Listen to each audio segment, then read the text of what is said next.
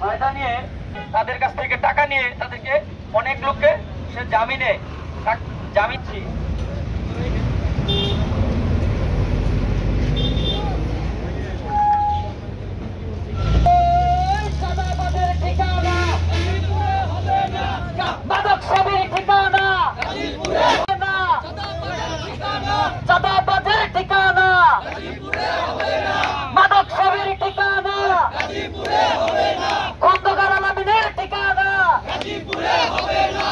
ভাই সাহেব, আমরা সকলেই অবগত আছি যে খন্দকার আলামিন হাসনাত আব্দুলপুরে অনুষ্ঠিত হয়েছে।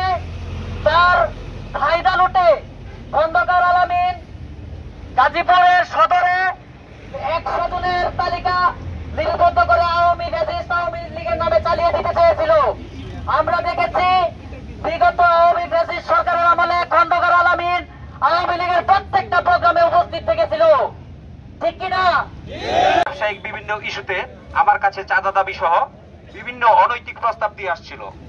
আমি তার প্রস্তাবে রাজি না হওয়ায় সে বিগত কয়েকদিন আগে হাসনাত আব্দুল্লাহর উপর যে হামলা হয়েছে সে হামলায় আমাকে মামলায় আসামি করা হয়েছে এবং এর পরবর্তীতে আমাকে উক্ত মামলায় থেকে খালাস করবে মর্মে আমার কাছে মোটা অঙ্কের টাকা দাবি করেছে। আরো খোঁজ খবর নিয়ে দেখা যায় কয়েকদিন আগে একই দিনে প্রায় 16 জন লোককে সে আপোষ করে জামিনে মুক্ত করেছে আদালত থেকে, বিজ্ঞ আদালত থেকে। এখন আমার প্রশ্ন হলো, এই ব্যক্তি চাঁদাবাজ, মাদকের সাথে জড়িত এবং বিভিন্ন অপকর্মের সাথে জড়িত। আমাদের প্রশাসনের দৃষ্টি আকর্ষণ করছি, একটি মামলায় সাধারণ লোককে অন্তর্ভুক্ত করা সহ সরকারের অমূল্য সময়, মূল্যবান সময় নষ্ট করছে, পাশাপাশি সরকারের অনেক অর্থ ব্যয় হচ্ছে। সেজন্য আমি প্রশাসনের দৃষ্টি আকর্ষণ করছি, অবশ্যই এই ব্যক্তিকে অনুসন্ধান করে যাচাই বাছাই করে যারা এই মামলায় অন্তর্ভুক্ত করা হয়েছে নিরীহ লোকজন তাদেরকে অব্যাহতি প্রদান সহ আলামিনের বিরুদ্ধে কঠোর ব্যবস্থা গ্রহণের জন্য আমি প্রশাসনের দৃষ্টি আকর্ষণ করছি এবং সাংবাদিক সমাজ সহ এলাকার সকল জনগণকে ওর বিরুদ্ধে রুখে দাঁড়ানোর জন্য আমি আহ্বান করছি। এই আলামিনের দ্বারা আমাদের সমাজের আরো কেউ যেন ক্ষতিগ্রস্ত না হয় সেজন্য সবাইকে সজাগ থাকার জন্য বিনীতভাবে অনুরোধ করছি এবং আমার মতো যেন কেউ আর ভুক্তভোগী না হয়। ধন্যবাদ সবাইকে উপস্থিত হওয়ার জন্য। আসসালামু আলাইকুম। স্বার্থ হাসিল না হওয়ার কারণে উনি বিভিন্ন লোকের কাছে চাঁদা দাবি করে, ব্যবসার পার্সেন্টেজ দাবি করে। এইসব যখন সে না পায় তখন তার সাথে একটা ব্যক্তিগত একটা আক্রোশ সৃষ্টি হয়। এই আক্রোশের দরুন সে এই হাসনাত ভাইয়ের মামলার মধ্যে তাদের নামগুলো অন্তর্ভুক্ত করে।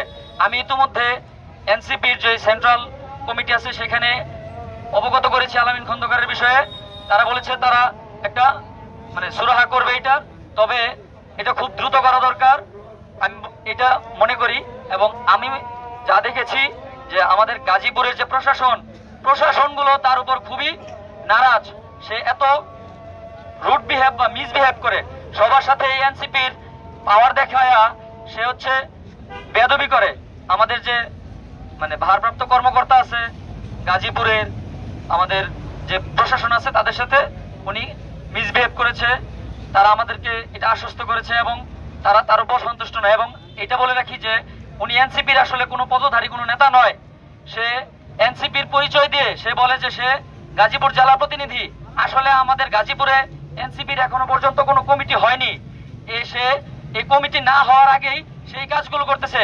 যদি সে কমিটিতে আসে তাহলে সে কতটুকু খারাপ কাজ করতে পারবে সেটা আমরা আমরা সকলেই বুঝতে পারতেছি। আমি প্রশাসনের দৃষ্টি আকর্ষণ করছি এবং এনসিপির কেন্দ্রীয় নেতৃবৃন্দের দৃষ্টি আকর্ষণ করছি তার বিরুদ্ধে দ্রুত পদক্ষেপ নেওয়ার জন্য। আমরা কর্মী হই না কেন বা আমাদের পরিচয় থাকুক, আমাদের নামে কেউ যদি কোনো মিথ্যা কোনো হয়রানিমূলক মামলা করে তাহলে আমরা সেটার বিরোধিতা করবো ইনশাল্লাহ, যেরকম ভাবে আমরা অতীতে করে এসেছি। আমি যদি আওয়ামী লীগ করতাম বা আমি যদি বিএনপি হই বা আমি জামায়াত ইসলাম, আমি যে কোনো রাজনৈতিক দলের হই, আমি যে জায়গায় জড়িত না সেই মামলায় আমাকে বা অন্য আরেকজনকে কেন ফাঁসানো হবে? আমরা এর তীব্র নিন্দা জানাই, ঠিক কিনা? আমরা এই আলামিন খন্দকার যে অপকর্মগুলো করছে আমরা সেগুলোর বিরুদ্ধে অবস্থান করছি এবং পরবর্তীতে যদি এনসিপির কোনো সে যদি জেলা কমিটিতে অন্তর্ভুক্ত হয়েও আমাদেরকে ফাঁসানোর চেষ্টা করে আমরা আবারও তার বিরুদ্ধে অংশগ্রহণ করবো, ঠিক কিনা? ধন্যবাদ সকলকে। আসসালামু আলাইকুম।